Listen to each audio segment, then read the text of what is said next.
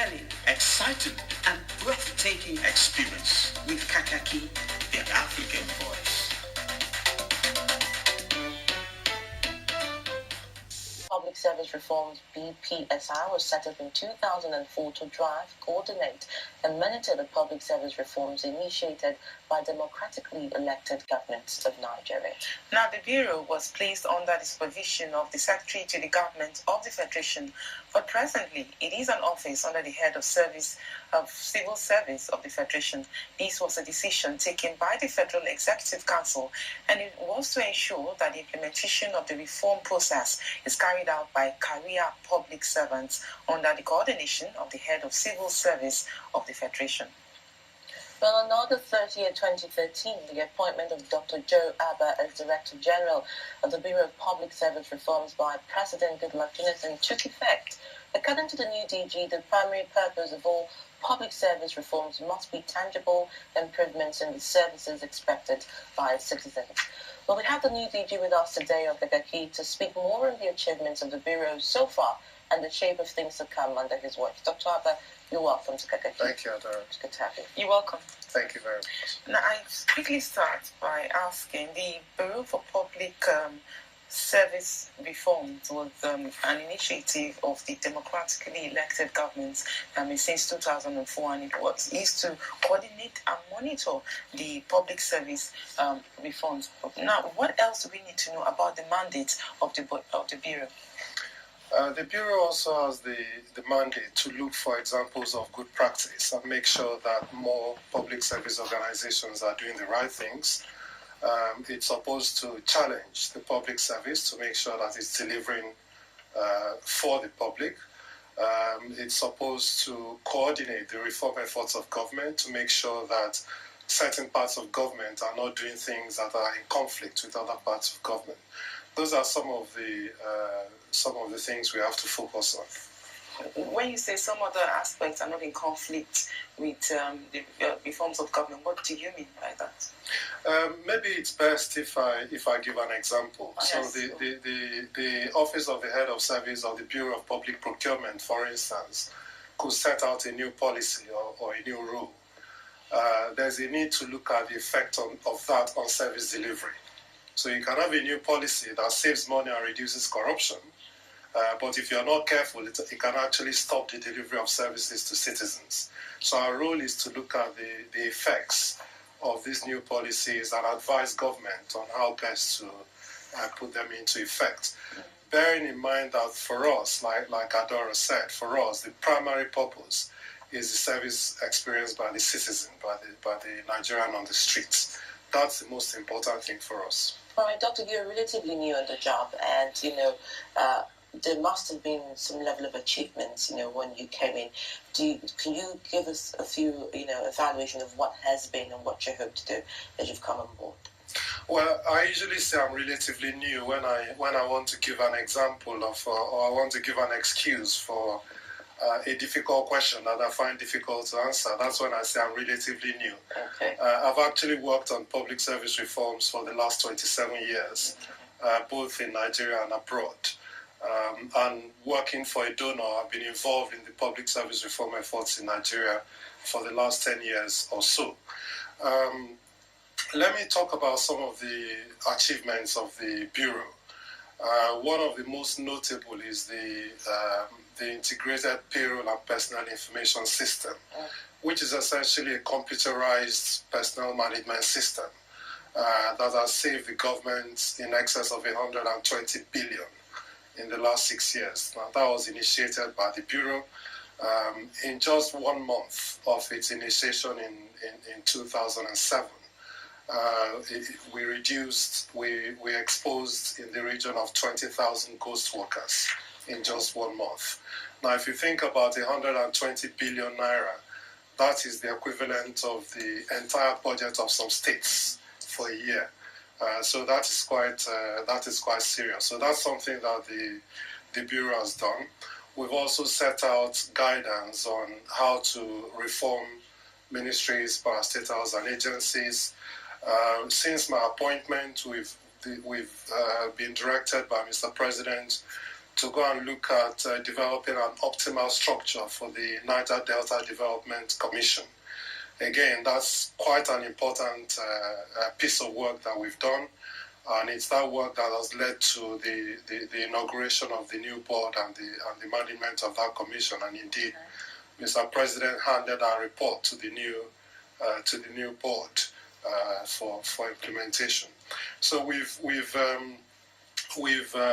intervened in some highly important, highly strategic areas so far, and since my coming on board, we've charted a new course for the Bureau. We're going to be looking at the ministries and departments and agencies that spend the most money to make sure that they are spending that money for the benefit of Nigerians and that we're getting the results. We've taken a lot more emphasis on communicating the reforms and what is going on, because the public discourse is dominated by the politics. People don't actually realize that our trains are running again for the first time in 30 years, that we're moving containers by rail and reducing the pressure on the roads, that the access to fertilizers have gone up from 11% to 94%, and that the fraud in the fertilizer system that has been with us since colonial times has basically virtually disappeared, that we're empowering 15 million farmers in the last 1 year. So these are some of the things that Nigerians are simply not aware of. And there is a lot more happening in Nigeria than the politics and the jostlings for power. Okay, now talking about the politics and jostlings for power, you did mention that part of the mandate of the Bureau is to reform ministries and agencies, and of course this brings me back to the Orosanya report, that advised government to either collapse some agencies or even perhaps, abolish some of the ministries. Now, what is your Bureau doing concerning, some of the advice, given by this committee? It's not just my Bureau. It's also it's the whole of government that's looking at the Orosanya report and assessing which ones will add value and which ones will not. But I think we need to be careful here, because there's a tendency to automatically think that the public service is over bloated or there's duplication. But actually, if you looked at it closely, certain organizations focus on certain aspects of a particular problem, while others focus on other problems. So you want to be careful when you recommend the collapse or closure of certain agencies, and you need to be sure that you're not actually losing something by doing that. But most importantly, a lot of these organizations were created by law. And so you can't just wake up and announce their abolishment. You need to go and repeal the laws that set them up. And that's not a quick process. And so the government is looking at those things that it can work on administratively, streamline and improve delivery, and then those ones that need legislative change will take a little bit longer to address. All right. Now, when you look at some of the priorities of the Bureau, some of them have been listed in some articles, and they've mentioned that they need to create a clearinghouse, a sort of one-stop shop, for citizens to know what the government's guidance and information on businesses are. Again, they need to have an engine room, that will enable people the capacity, the resources to have the network of communities and understand what public administration is, some of them. But under your immediate, tenure, what will be some of your priorities, and what would you like to focus on? The immediate priority is to find out what are those things that are stopping delivery. What are the things that are stopping our ministries, departments, and agencies from performing optimally? And what can we do about it? Because depending on who you talk to, they can say it's the late passage of the budget. Some will say it's due process that has slowed things down. Some will say it's corruption. Some will say it's the capacity of the civil servants. Some will say it's attitude. It may be a little of all those things. But in Nigeria, we're very, very good at identifying what may be the problems. What we're not too good at is designing the solutions to overcome those problems. So we're going to take a serious look at some of these constraints and propose potentially workable solutions to overcoming them. So that's a very important thing for us. The second thing we're about to start now is actually a perception survey, where we will talk to Nigerians across all the geopolitical zones and determine what they actually feel about a lot of these reforms that are going on, which ones are working for them, which ones we need to tinker with, which ones they would want to see more of, and which ones they would want to see less of. Additionally, we're reviewing all the reforms that have happened in the last 5 years, and we're looking at which ones have worked and which ones have not. And I've given you some examples already of the IPPIS system, the reforms of the agri sector, the reforms going on in transport, the fact that even using our inland waterways, we move something like 4.5 million people through our rivers last year. Again, something that a number of people are not aware of. We're pleased with the reforms going on in the transport sector, in the rail sector.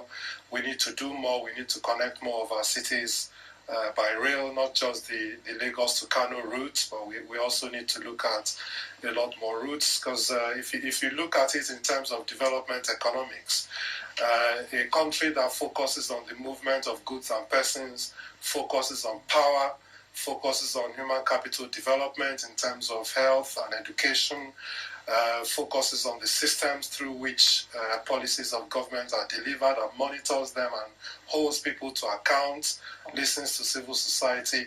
That is a country that develops.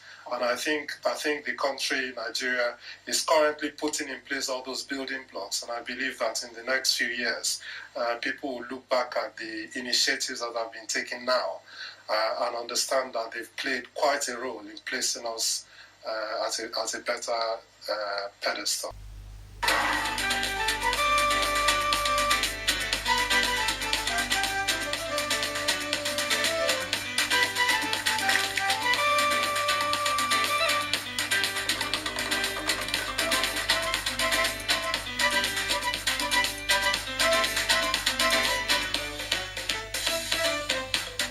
Explore Africa. Encounter Africa. Engage Africa. Enjoy Africa's compelling Exciting and breathtaking experience with Kakaaki, the African voice.